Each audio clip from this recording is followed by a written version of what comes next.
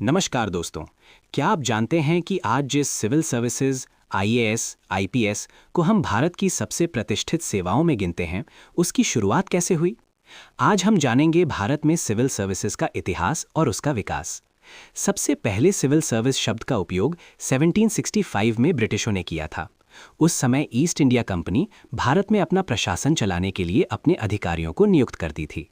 लेकिन अगर हम इतिहास में थोड़ा और पीछे जाएं तो पता चलता है कि ब्रिटिशों के आने से बहुत पहले भी भारत में एक संगठित प्रशासनिक व्यवस्था मौजूद थी। प्राचीन भारत में कौटिल्य ने अपनी प्रसिद्ध पुस्तक अर्थशास्त्र में सरकारी अधिकारियों के 3 प्रकार बताए थे: युक्ता अधिकारी, उपायुक्ता या संयुक्ता क्लर्क, तत्पुरुषम सेवक या सहायक। ये इस बात का प्रमाण है कि प्राचीन भारत में प्रशासनिक ढांचा काफी व्यवस्थित और संगठित था।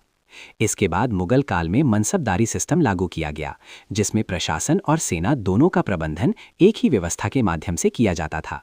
फिर जब ब्रिटिश शासन भारत में मजबूत हुआ, तब सिविल सर्विसेज का आधुनिक रूप विकसित होने लगा।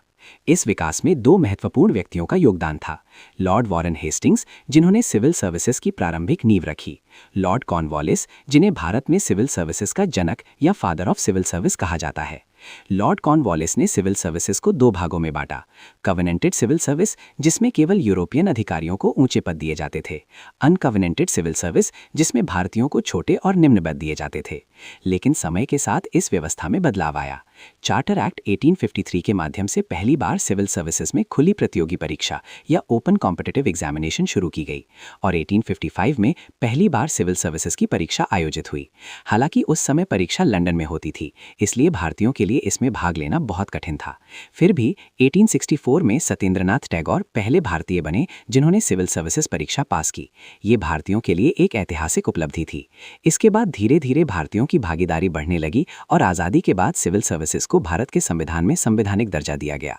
आज आईएएस, आईपीएस और अन्य ऑल इंडिया सर्विसेज भारत के प्रशासन को चलाने में सबसे महत्वपूर्ण भूमिका निभा रही हैं। यही है भारत में सिविल सर्विसेज के विकास की कहानी, प्राचीन प्रशासन से लेकर आधुनिक लोकतांत्रिक व्यवस्था तक।